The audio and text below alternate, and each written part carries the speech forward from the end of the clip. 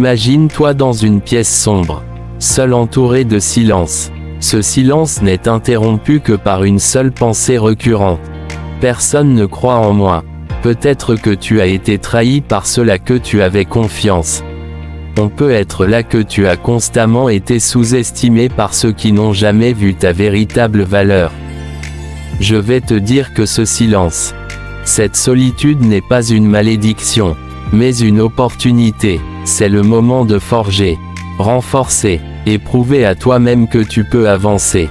Aujourd'hui, je veux partager avec toi un message d'espoir, de force et de détermination. Un message qui, je l'espère, résonnera dans ton cœur et allumera une flamme de courage et de persévérance, parce que dans la vie, il y a un principe fondamental que nous devons tous comprendre. Ne perdons jamais espoir.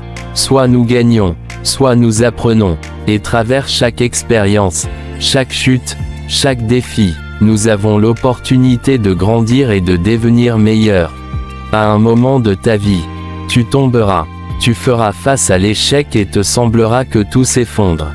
Autour de toi tu ressentiras, peut-être une immense douleur, une sensation d'échec, si profonde que tu te détesteras toi-même. Tu te sentiras plus bas que terre. Un loser, un moins que rien. Mais souviens-toi de ceci. Les rois sont tombés avant toi. Les légendes sont tombées avant toi. Ce n'est pas parce que tu tombes que tu perds. Perds seulement quand tu décides d'abandonner le combat.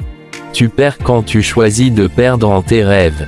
Thomas Edison a échoué plus de 10 000 fois, avant de pouvoir trouver la bonne formule de fabriquer l'ampoule. N'abandonne pas à ton premier échec, mais avance. Les forts ont un mental de pouvoir avancer dans n'importe quelle situation.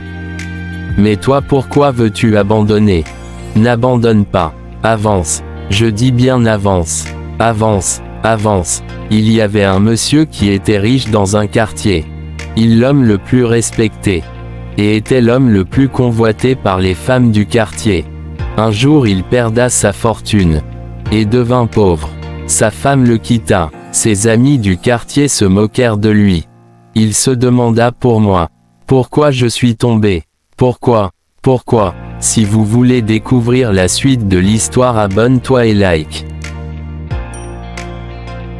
Après plusieurs tentatives de suicide, il décida de prendre sa vie en main, de laisser de sous-estimer, et planifia ses objectifs, faisant des plans précis. Il crut en lui, et au bout de 6 mois, il retrouva le double de sa fortune. Je passe par cette petite histoire pour te dire de ne pas abandonner.